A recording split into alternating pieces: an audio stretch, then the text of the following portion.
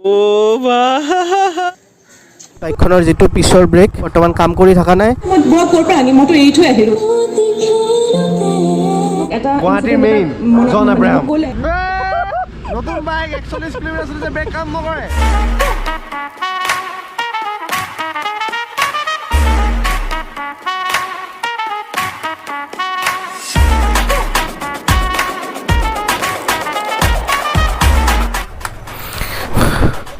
ভাই চাহাব লাইটটো কিন্তু সাংঘাতিক আৰু চবতকৈ ইয়াৰে মানে কেইটামান ভাল লগা বস্তু যি বুলি মই কৈ আছোঁ, আপুনি যেতিয়ালৈকে বাইকখন ষ্টাৰ্ট নকৰে তেতিয়ালৈকে হেডলাইটটো নজ্বলে। এইটো যিটো দেখি আছে এইটো হ'ল পাৰ্কিং লাইট, এইটো ষ্টাৰ্ট হ'ল এতিয়াহে লাইটটো জ্বলিছে। আৰু তাতকৈ ডাঙৰ কথা এইটো দেখা পাইছে ষ্টেণ্ডডাল পৰি আছে, এইটো গিয়েৰ লগাই দিছোঁ, এয়া ষ্টাৰ্ট বন্ধ হৈ গ'ল। মানে যেতিয়ালৈকে ষ্টেণ্ডডাল পৰি থাকিব তেতিয়ালৈকে বাইক যদি ষ্টাৰ্ট হয়ো গিয়েৰ লগালে বন্ধ হৈ যাব। মেইন কথাটো হ'ল বাইকখনৰ যিটো পিছৰ ব্ৰেক সেই ব্ৰেকটো বৰ্তমান কাম কৰি থকা নাই। একেবাৰে নতুন বাইক, এতিয়ালৈকে চলাই নাই কিন্তু ব্ৰেকটো কাম কৰি থকা নাই।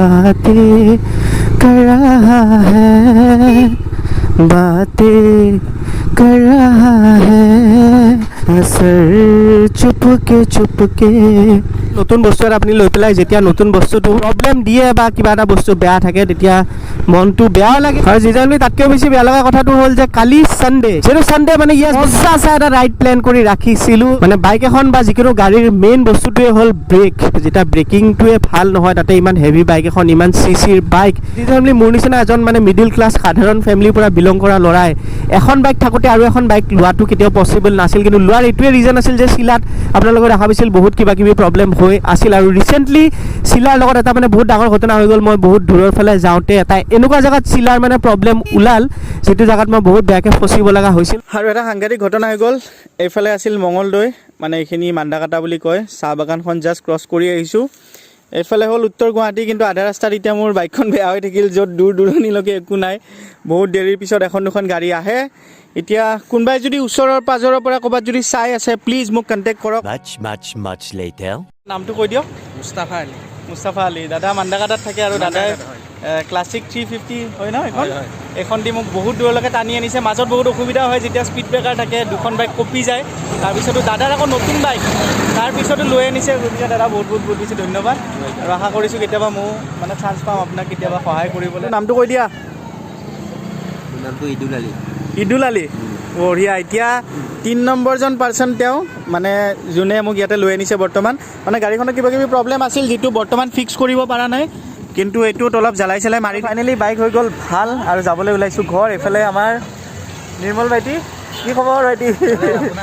আৰু হোৱাটছএপত ষ্টেটাছ চাই পেলাই ভাইটি আহি গৈছিল, টিউশ্যন ক্ষতি কৰি পেলাই মোৰ হোৱাটছএপ ষ্টেটাছ চাই পেলাই জেগালৈকে গৈ পাইছে য'ত মোৰ বাইক বেয়া হৈছিল। ভাল লাগিল আৰু মানে বিপদ যেতিয়া হয় ন মানুহৰ, তেতিয়া গম পোৱা যায় যে ইয়েছ দুনিয়াত ভাল মানুহ বহুত আছে, আৰু ভাল মানুহ আছে কাৰণে আজি মই এইখিনিলৈকে আহি পাইছোঁ। আৰু যি ফেমিলি এইটোৱে আছিল মোৰ কাহিনী, কেনেকৈ গৈ পেলাই সাংঘাতিক জেগাটোত ফচিলোঁ। কিন্তু তাতকৈও বেছি ডাঙৰ কথা প্ৰব্লেমত পৰাৰ পিছতো কেনেকৈ মোক বেলেগে হেল্প কৰিলে। আৰু ইয়েছ সেই বস্তুটো ভাবিলে মানে মোৰ এতিয়াও ভাল লাগে যে তেনেকুৱা এটা জেগাত ফচাৰ পিছতো মানুহে তেনেকৈ আগুৱাই আহিছে। এটা কথাই যি ফেমিলি আপোনালোকক ক'ব বিচাৰিম, বহুত মানুহে বা কেতিয়াবা মই নিজেও কমপ্লেইন দিওঁ যে মই কেতিয়াও কাৰো বেয়া কৰা নাই বা মানুহক ইমান সহায় কৰোঁ, ইমান হেৰি কৰোঁ, কিন্তু মোৰ লগত কিয় কেতিয়াও একো ভাল নহয়। আচলতে যি ফেমিলি কি হয়, আমি যিবোৰ ভাল কাম কৰোঁ আমি তাৰে ৰিজাল্টবোৰ যে নেক্সট হঠাতে কিবা এটা পাই যাম তেনেকুৱা একচুৱেলি নহয়। আপোনালোকে যিটো দেখা পালে সেই বিপদটোত যিটো ধৰণে মোক মানুহখিনি আগুৱাই আহিল, সেইটোৱে আছিল মোৰ আগৰ যিবোৰ ভাল কৰ্ম আছিল সেইবোৰৰে চাগে মানে প্ৰতিফলন বুলি ক'ব পাৰি। Yes is family reflection. দিয়ানো গুড মৰ্ণিং। চাওঁ দিয়ানো মুখখন দেখাই দিয়া এইফালে। হাঁহিতে চাওঁ, হাঁহিতে ৰাতিপুৱা ৰাতিপুৱা যে মামাৰ বাইকত নতুন নতুন বাইকত ফুফু কৰি আহিছে, কেনেকুৱা লাগিছে?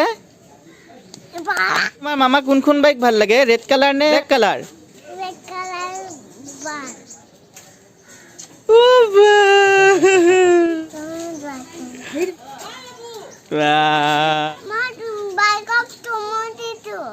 দিহানো দৌৰি দৌৰি গৈছে তন্ময়হঁতৰ ঘৰলৈ। অ' ভাই চাব দেখুৱাই দিয়া তন্ময়। অ' মাই গড, বিলাতী নিগনি হাতত উঠে নে ওলাই নে? অ' ভাই চাব চাওকচোন।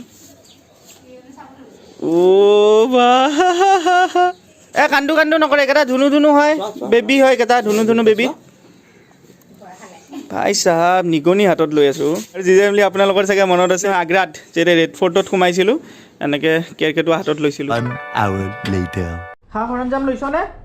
ৰাতিপুৱাই গৈ পেলাই যিহেতু ৰবিবাৰ হয় একদম পুৰা দাড়ি চুলি মিলাই আহিছোঁ কি বাহ কেতিয়া চাওঁ খেলিব দিবানে নাই মোক আৰু জিজেমলি কথাটো এনেকুৱা যে আগৰ মোৰ যিখন চিলা এখন বাৰু বৰ্তমান ভিতৰত সোমোৱা আছে চিলাৰ সেই ভনীয়েকজনী মানে অলপ শকত চিলাতকৈ যাৰ কাৰণে এই জেগাখিনি দি নোসোমায় এতিয়া এইখিনি অলপ মেৰামতি কৰিব লাগিব যোগাৰটোতো কৰিবই লাগিব কাৰণ বাইকখন বাহিৰত ৰখাটো ছেফো নহয় লগতে যিহেতু নতুন অলপ মানে বেয়াও লাগে আনি পেলাই যাতে এইখিনিত ৰাখিব পাৰোঁ এইখিনি যিহেতু ইমান বঢ়িয়াকৈ ব্যৱস্থা কৰি ৰাখিছোঁ কথাটো হ'ল যে ভিতৰত চাহ বহাই থৈ আহিছিলোঁ পাহৰি গ'লোঁ আৰু মোৰ প্ৰায় এনেকুৱা হয় হেল্ল' লিজিজ ফেমিলি ৱেলকাম টু এনাডাৰ নতুন ব্লগ অ' ভাই চাহাব এতিয়ালৈকে চাহটো উতলাই নাই কাৰণ গেছটো একদম সৰুকৈ দি থৈ গৈছিলোঁ তন্ময় ক'ত তন্ময় শুই অহা নাই কিয় নাহে মিঠাই নাখায়হি মাই ইয়ৰ ল'ৰা ইজ ৰেডি এফালে মায়ে যোগাৰ কৰি আছে এফালে তন্ময়হঁতৰ মাক দীক্ষানহঁতৰ মাক চব আহিছে মুখখন একদম ঘামি গৈছে বৰলিন লগাই পেলাই সেইকাৰণে চাগে মানে কৈছিল যে বৰলিন চহৰলৈ গ'লে মানুহে বৰলিন এছপলিন লগাব পাহৰি যায় কাৰণ বহুত বেছি ঘাম ওলাই ভাবিছোঁ এটা শ্বৰ্ট ৰাইড কৰি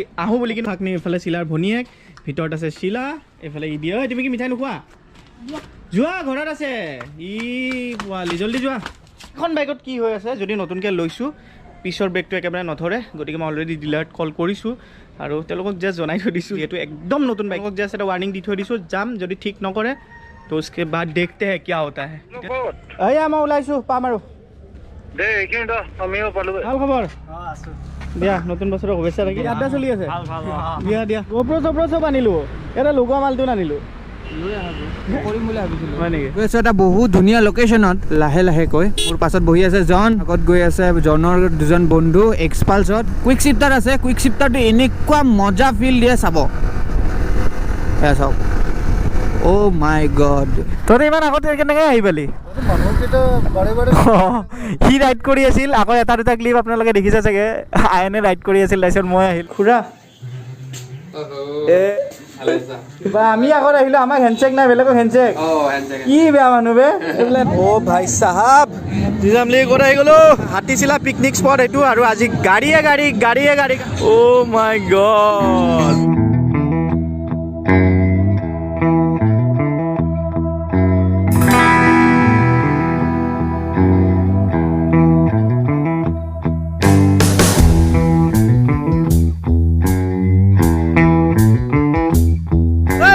জলদি চাহাব ৰিল বনাইছে দেই আজি কিন্তু আমি এটা খুব ধুনীয়া গানত ৰিল এটা বনাইছোঁ গানটো আছিল সেই আকাশ বৰ বিশাল মোৰ মন বৰ শাল গানটো কাৰ আছিল সেইটো পাহৰি গৈছোঁ যিসকলে জানে কাইণ্ডলি কমেণ্টত জনাওক কি আছে জয়ন্ত হাজৰিকাদেৱৰ আছিল চাগে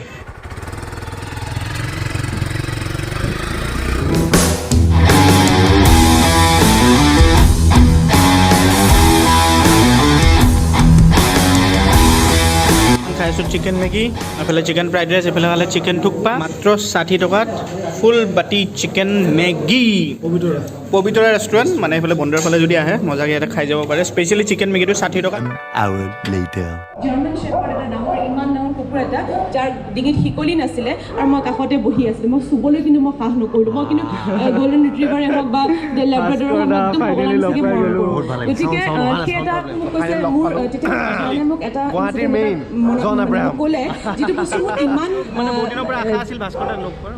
সদায় কুকুৰ এটা হওক বা মেকুৰী বনাইছে নে নাই ল'ৰাই মই ক'ৰ পৰা আনি মইতো এৰি থৈ আহিলোঁ জংঘলত মই এৰি দিলোঁগৈ